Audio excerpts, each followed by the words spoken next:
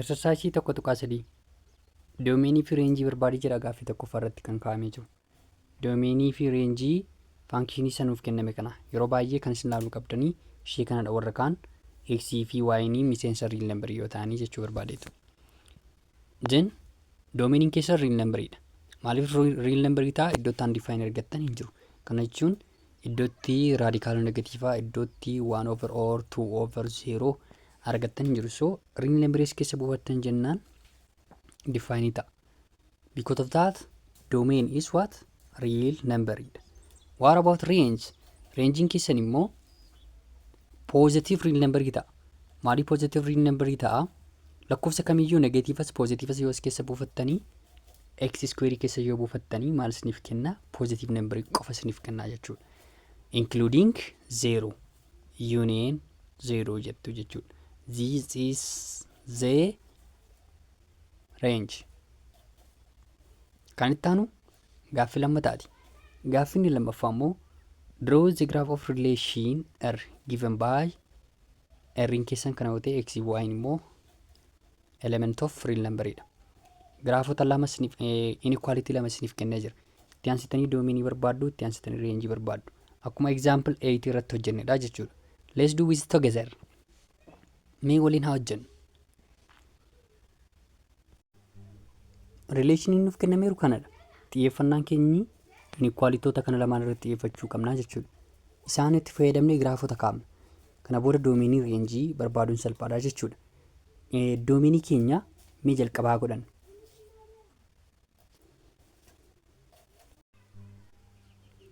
Doomeniin keenya real numberii ta'a. Doomeenii keenya domain haa jennu. Let's find on the first step domain of the relation is equals to real numberidha moo real numberii miti jechuuf isa kanas x keessa buufnee ilaallamoo miti kan jedhu giraafii nu gaafata jechuudha. Inni kun mallattoon irra guddaa irraan xiqqaansa adda addaa waan ta'eef. What about range? Reenjii barbaaduudhaaf immoo yeroo kamiyyuu inequality isiniif kenna taanaan inequality yeroo isiniin jedhu bifa kanaatiin isiniif kennama taanaan inequalitoota sana wal qixxeessitanii iddootti cross wal godhu barbaaduu qabdu. Mee kanaafiyyuu inequality lamaansaa haa fudhannu. Inequality isa jalqabaa y less than or equals to x minus 1 keenya. Y less than or equals to x minus 1 qabna. Inequality lammataa immoo isa kana qabna. Then koomaa jennaa y plus x koo greater than or equals to 3 jenna jechuudha. Iddoo itti wal qaxxaamuran argachuudhaaf immoo inequality kana lamaan irraanfattanii equality itti fayyadamtu jechuudha gaama. Y koo ni qixxaata jedheen x minus 1 jedha. Asii immoo x koos naannoo kanatti naanneffadhaa. Then mallattoo equality immoo fayyadama. Y is equals to 3 minus x taati jechuudha. Isheen kun mallattoo negatiivaatiin naannofti waan taafeeffachi. Egaa iddootti cross wal godhan argachuudhaaf dirqama maal gochuu qabdu? Wal qixxeessuu qabdu. Kamiif kam wal qixxeessuu qabdu? Isa kanaa fi isa kana wal qixxeessuu qabdu jechuudha.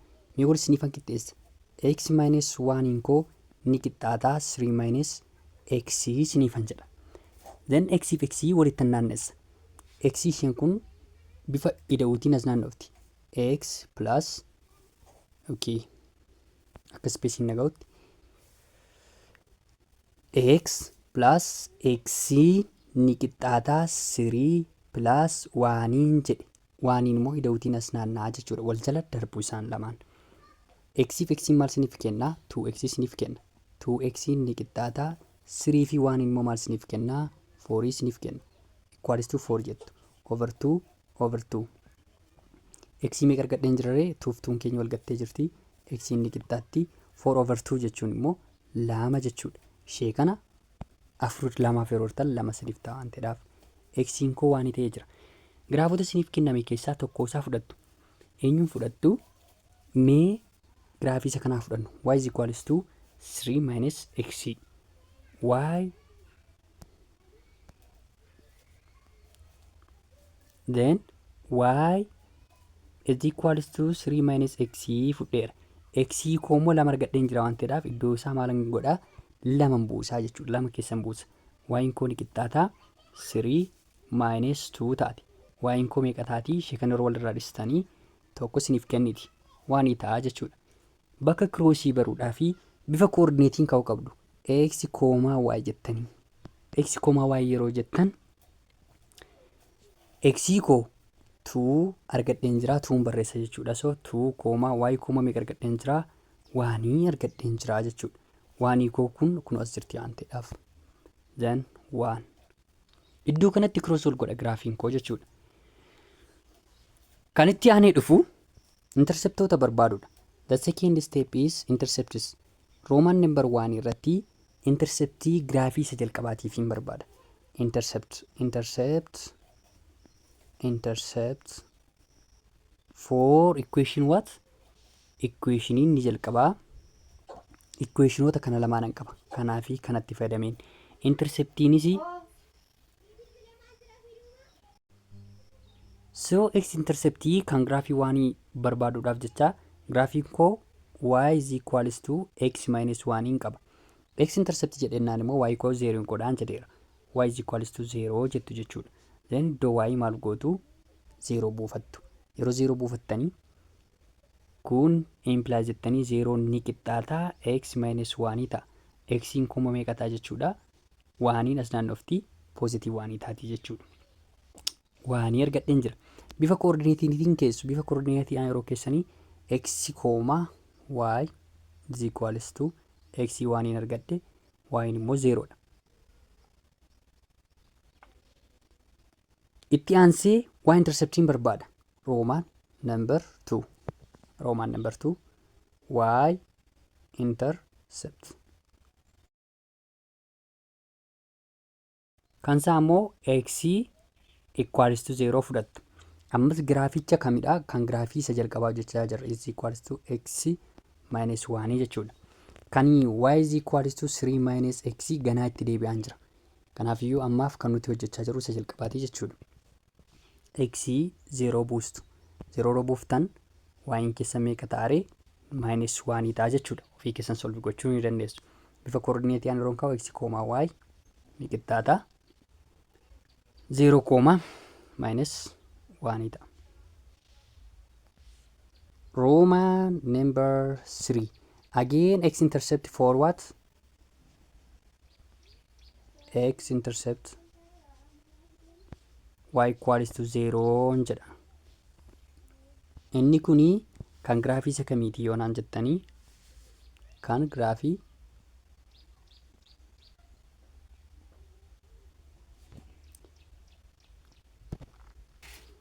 kan isa kanaa immoo kan itti aanu immoo imma Roman number 1 if 2 irratti hojjedhu y is equals to 3 minus x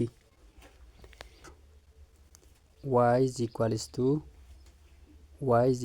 to 3 minus x qaba jechuudha. Y koo 0 godha. 0 is equals to 3 minus x solve yeroo gootan x keessa meeqa taati? X keessa ni qixxaatti 3 taati jechuudha. Bifa koordineetiidhaan kaa x koomaa y jedheetaniin kaa which is equals to x koo 3 qaba y koo immoo 0 qaba. Koomaa 0 jechuudha. Inni itti aanee dhufu y intercept. Y intercept jechuun x koo ni qixxaata 0 dha jechuudha. Asiitii y 0 yeroo ta'u immoo dabare isaa x 0 ta'a anteedhaaf. Then y is equals to x 3 minus x qaba. X koo 0 godha jechuudha. Then y koo ni qixxaata 3 minus 0 taati which is equals to y koo meeqa taati 3 taati jechuudha. Bifa koordineetiidhaan yeroon isiniif kaa'u immoo x y ni qixxaata. X koo meeqa jedheen ture 0 jedheen ture iddoo isaa maalan godhare 0 godha. 0 y koo meeqa jedheen ture isa immoo 3 godha jechuudha.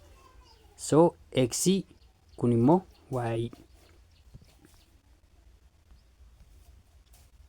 Kan itti aanu giraafii sana kaasudha.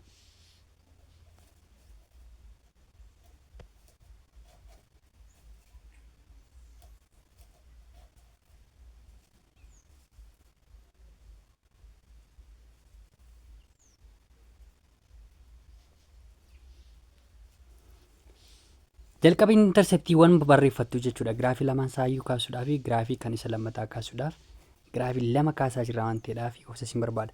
Kan giraafii isa kanaa kaafna gaama. Giraafii isa kanaa yeroo kaaftanii x interceptiin keessan meeqa?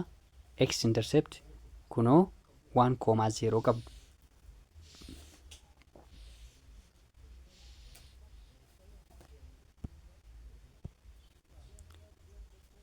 As kana waaniitu jira jechuudha.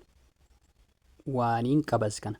So zeeroon immoo iddoo kana jira waan ta'eedhaaf 1,0 jechuun giraafiin koo tokko iddoo kana qaxxaamura. What about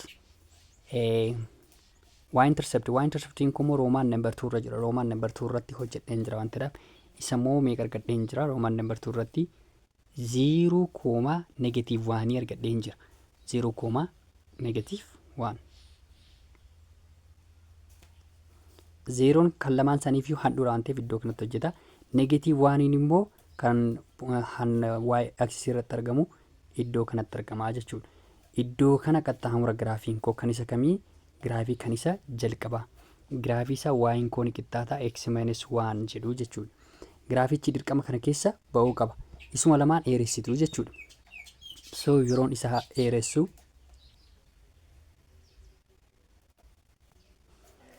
giraafichi y is equals to x-1 iti. Y less than or equals to x-1 immoo akkam ta'a yoonaan jettan less than or minus 2 yeroo itti dabaltan immoo sararoota itti dabaluu jechuudha. Less than yeroo jedhu gadi garagalchiitii sassararii jechuu jedhama. Kunoo less than goonaa jechuudha. Asii gadi sassarareen jira.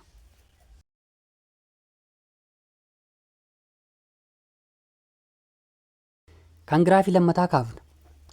Kan giraafii lammataa jechuun immoo giraafii isa kamii yoonaan jettan giraafii isa roomaan number 3 irraa ka'ee jiru jechuudha. Kunoo y is equals to 3 minus x. X interceptii koo roomaan number 3 irratti ibsamee jira. 3,0 qaba. 3,0. 3,0 jechuun 3 eessatti argamaa? Naannoo kanatti argama. So iddoo kana qaxxaamuraa jechuudha. 3 kunoo naannoo kanatti argama. Y interceptii koo jechuun immoo y irratti kan barreeffamu jechuudha. Kan isaa immoo 0,3 dha. Inni kun y irratti barreeffamuu qaba. Inni jalqabaa immoo x irratti barreeffamuu qaba yeroo interceptoota barreeffattan. 3 naannoo kamitti argama? Naannoo kanatti argama jechuudha. So giraafiin koo iddoo kana qaxxaamura kan biraa immoo.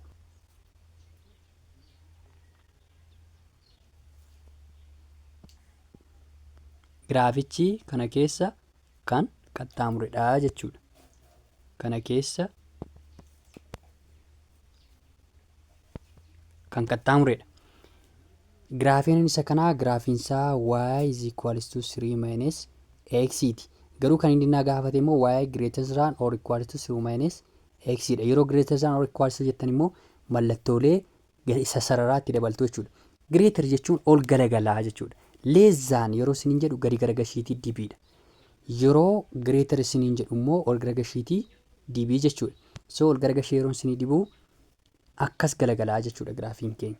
Isa ol garagashiitaniin dibaa jechuudha.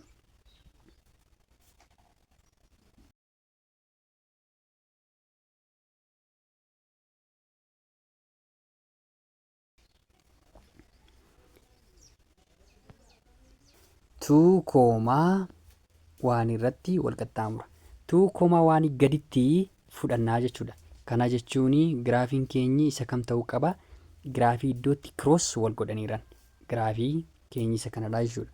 Warreen kaan maal ta'uu qabu? Baduu qabu. So isaanii ni balleessina. Giraafichi kana fakkaataa jechuudha. Doomeeniin keessaan ni qixxaataa 2 fi isaa olidha. Maaliif yoo jettanii 2 olitti fudhannee jirra malee 2 olitti fudhannee jirra malee iddootti wal kireessa wal godhanii kabroo dabalannee jiru jechuudha. Reenjiin keenya immoo giraafiin kunii asii gadi sin deema ol sin deema. Reenjiin riil nambariidha. Reenjiin riil nambariidha. Doomeeniin keessan immoo 2 taatii jechuudha. Kanaaf doomeenii keessan umarra barbaannannan siniin jedhe isa kanaafidha jechuudha.